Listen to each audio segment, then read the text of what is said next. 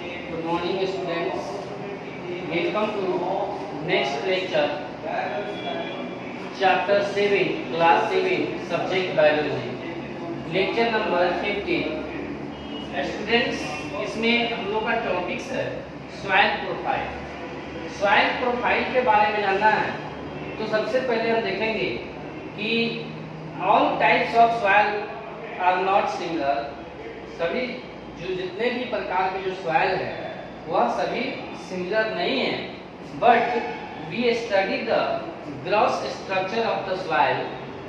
लेकिन हम लोग सॉइल के जो ग्रॉस स्ट्रक्चर के बारे में पढ़ते हैं, it can be separated into the horizontal layer. जो क्या होता है, यह जो होते हैं सेपरेट होते हैं एक हॉरिजॉन्टल लेयर में अकॉर्डिंग टू देयर डेंसिटी के आधार पे।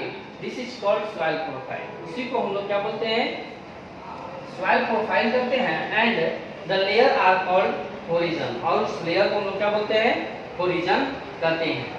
Soil profile consist of the flowing soil layer. Soil profile जो होता है उसमें बहुत सारे सॉइल क्या होते हैं, लेयर होते हैं, each with the different colour, texture and chemical composition. प्रत्येक जो सॉइल का लेयर जो है उसका कलर अलग होता है, टेक्सचर अलग होता है, और उसका केमिकल कंपोजिशन जो होता है स्टूडेंट वो भी क्या होता है, अलग होता है। अब हम स्टेप होरिजन बाय होरिजन देखेंगे तो सबसे पहले हम लोग फर्स्ट में पढ़ते हैं ओ होरिजन। ओ होरिजन की बात करते हैं तो यह क्या है, यह सबसे टॉप मोस्ट लेयर होता है। सॉइल का जो सबसे ओरिजिनल लेयर जो होता है वह ओ होरिजन जो होता है टॉप मोस्ट होता है। This is the top most layer of the soil. Soil क्या है, लेयर क्या है, सबसे ऊपरी भाग है। It is made up of undecomposed litter from the plants like a fallen leaves, twigs that decompose to form a humus. यह क्या होता है, it is mainly composed of organic matter that decompose to form of humus. तो यह होता है सबसे ऊपरी लेयर है जो कौन चीज से बना है, तो यह अनडिकम्पोज मैटर से बनता है, या प्लांट्स हो या पत्ता, प्लांट्स का जो पत्ता होते हैं वो गिर जाते हैं नीचे, डिकम्पोज होते हैं, उससे बनते हैं। तो ह्यूमस का निर्माण इस तरह होता है जिसको हम क्या होते हैं, ह्यूमस बोलते हैं, that decompose to form humus. Humus का निर्माण होता है। नेक्स्ट में देखते हैं स्टूडेंट लोग ए होरिजन। ए होरिजन लेयर की जब बात करते हैं तो यह सेकेंड है। This layer is the darker in colour, the result of the decomposed organic material mix with the minerals. इसमें क्या होता है, तो इसमें ऑर्गेनिक मटेरियल भी मिक्स होता है, मिनरल्स भी मिक्स होता है, and consists the second layer the soil. It is commonly used the top soil. इसको हम लोग क्या बोलते हैं, टॉप सॉइल भी कहते हैं।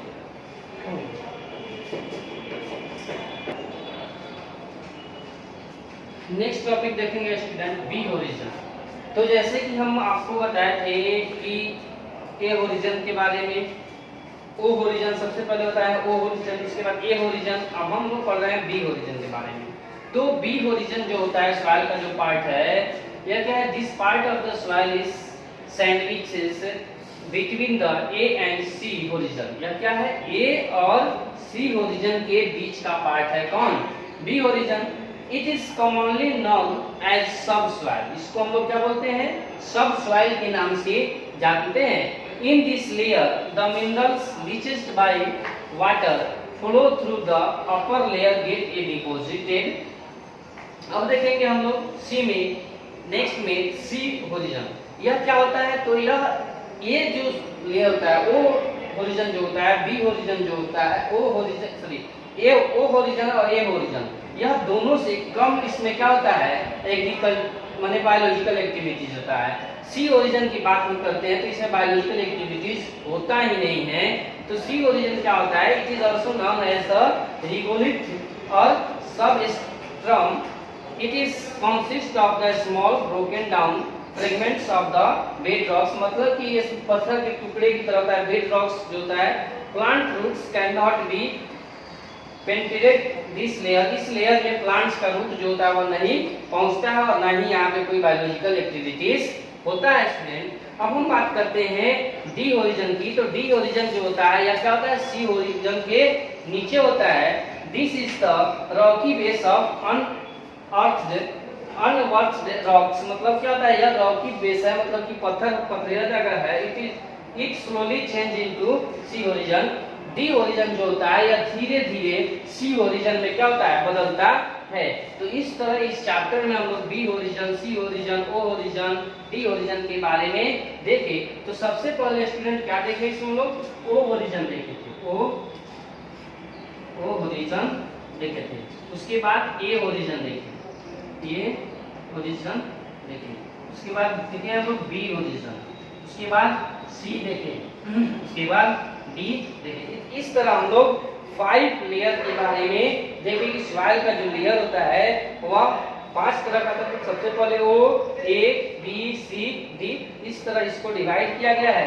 अब देखेंगे स्टूडेंट कि फैक्टर जो होता है, मतलब इसका जो प्रभाव होता है या इसका प्रभाव पड़ता है, इफेक्ट क्या पड़ता है इस अर्थ पे और ये जो प्लांट्स एनिमल्स है, तो इसके अकॉर्डिंग जैसे ओ ओरिजिन जो होता है सबसे ज्यादा फर्टाइल होता है, ए ओरिजिन जो होता है वह उससे कम बायोलॉजिकल एक्टिविटी होता है, सी ओरिजिन में उससे भी कम होता है, बी में उससे भी कम होता है और सी में नहीं होता है, और डी जो होता है यहाँ पे तो बायोलॉजिकल एक्टिविटीज होता ही नहीं है।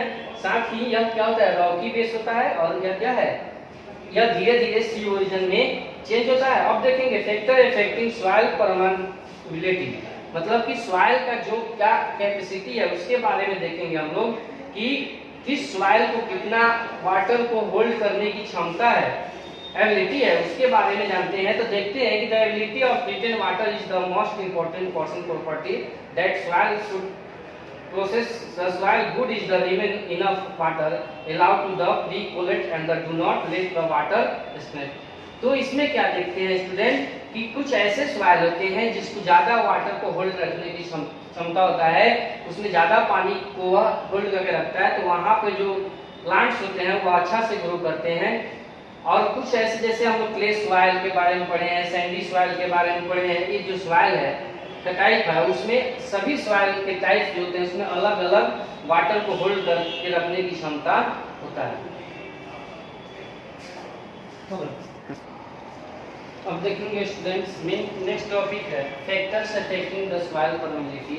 इसमें क्या होता है तो देखेंगे स्टूडेंट्स कि the permeability of the soil it's water holding capacity. इसमें वाटर के होल्डिंग की जो कैपेसिटी होता है उसके बारे में पढ़ते हैं। उसका रेट क्या है,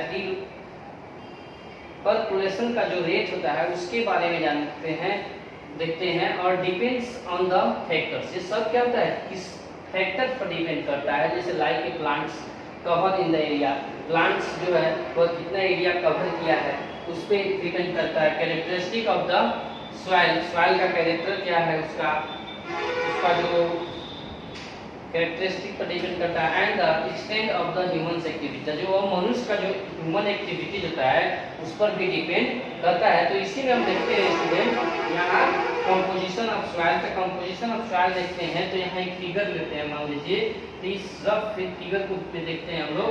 तो इसमें वाटर जो होता है वह 20 to 30% होता है। एयर जो होता है कितना होल्ड रहता है, एयर 20 से लेकर 30% होता है। और 45% क्या होता है, मिनरल्स होता है। ऑर्गेनिक मटेरियल्स जो होगा, ऑर्गेनिक मिनरल्स जो होता है वो 45% होगा। तो इस तरह हम क्या देंगे, ऑर्गेनिक देखेंगे, ऑर्गेन्स लिखा हुआ है ऑर्गेनिक मिनरल्स। तो यह कंपोजिशन देखें सॉइल का कंपोजिशन। अब देखेंगे हम लोग next topic student soils, soil and crops. Soil का मतलब फसल और क्रॉप्स मींस सॉइल मींस होता है सभी मिट्टी और क्रॉप्स मींस होता है फसल। तो मिट्टी और फसल के बारे में देखेंगे, मतलब सॉइल एंड क्रॉप्स। तो देखेंगे some of the important crops and the type of soil suitable for them are, मतलब कि कुछ ऐसे भी क्रॉप होते हैं जिनको उनके सिचुएबल मतलब उनके अकॉर्डिंग ही क्या चाहिए, उसमें उनको सॉइल की आवश्यकता होता है। और उनके अकॉर्डिंग सॉइल नहीं हुआ तो वो वहाँ पे ग्रो नहीं करेंगे, और न जमीन ग्रो नहीं करेंगे और न ही वहाँ पे वो हो पाएगा। जैसे हम लोग देखते हैं कॉटन प्लांट्स को, कॉटन क्रॉप्स के बारे में देखते हैं। तो for growing cotton crops Sandy loamy soil is the best. कह रहा है कि कॉटन क्रॉप्स के लिए सैंडी लोमी सॉइल जो होता है वो बेस्ट होता है। It drains water easily and is well drained. अब देखेंगे उसी तरह पल्स के बारे में देखेंगे। दलहन पौधा जो होता है उसके लिए टाइपिकल लोमी सॉइल चाहिए, उसके लिए टाइपिकल लोमी सॉइल जो होता है वह बेस्ट होता है। अब देखते हैं स्टूडेंट हम लोग पैडी धान के बारे में देखते हैं। तो धान की खेती वहीं पे अच्छा होता है जहाँ क्ले सॉइल होता है, मतलब कि उसको धान जो होता है पैडी जो होता है, पैडी का मतलब धान, इसको ज़्यादा पानी की आवश्यकता होता है, और क्ले सॉइल जो होता है उसको ज़्यादा वाटर को होल्ड रखने की क्षमता होता है, इसलिए इसके लिए क्ले सॉइल ही क्या है, मस्ट है। तो इस तरह हम देखें कि इस चैप्टर में हम लोग एक्टिविटीज़ के बहुत सारे एग्रीकल्चर एक्टिविटीज़ के बारे में देखें, कैसे फसल होता है, किस फसल को कौन सा फसल कहाँ होगा, मिट्टी कितने टाइप, सॉइल कितने टाइप्स का है, सॉइल का प्रोफाइल क्या है, उसका इफेक्ट क्या है, प्रभाव क्या है, सारे चीज़ को हम लोग इस चैप्टर में देखें हैं बहुत। अब इसको आप लोग को कंक्लूजन के तौर पे देखिएगा, इस चैप्टर को पढ़िएगा, जहाँ भी दिक्कत होगा फिर इसको हम सॉल्यूशन करने का कोशिश करेंगे। चलिए थैंक्स।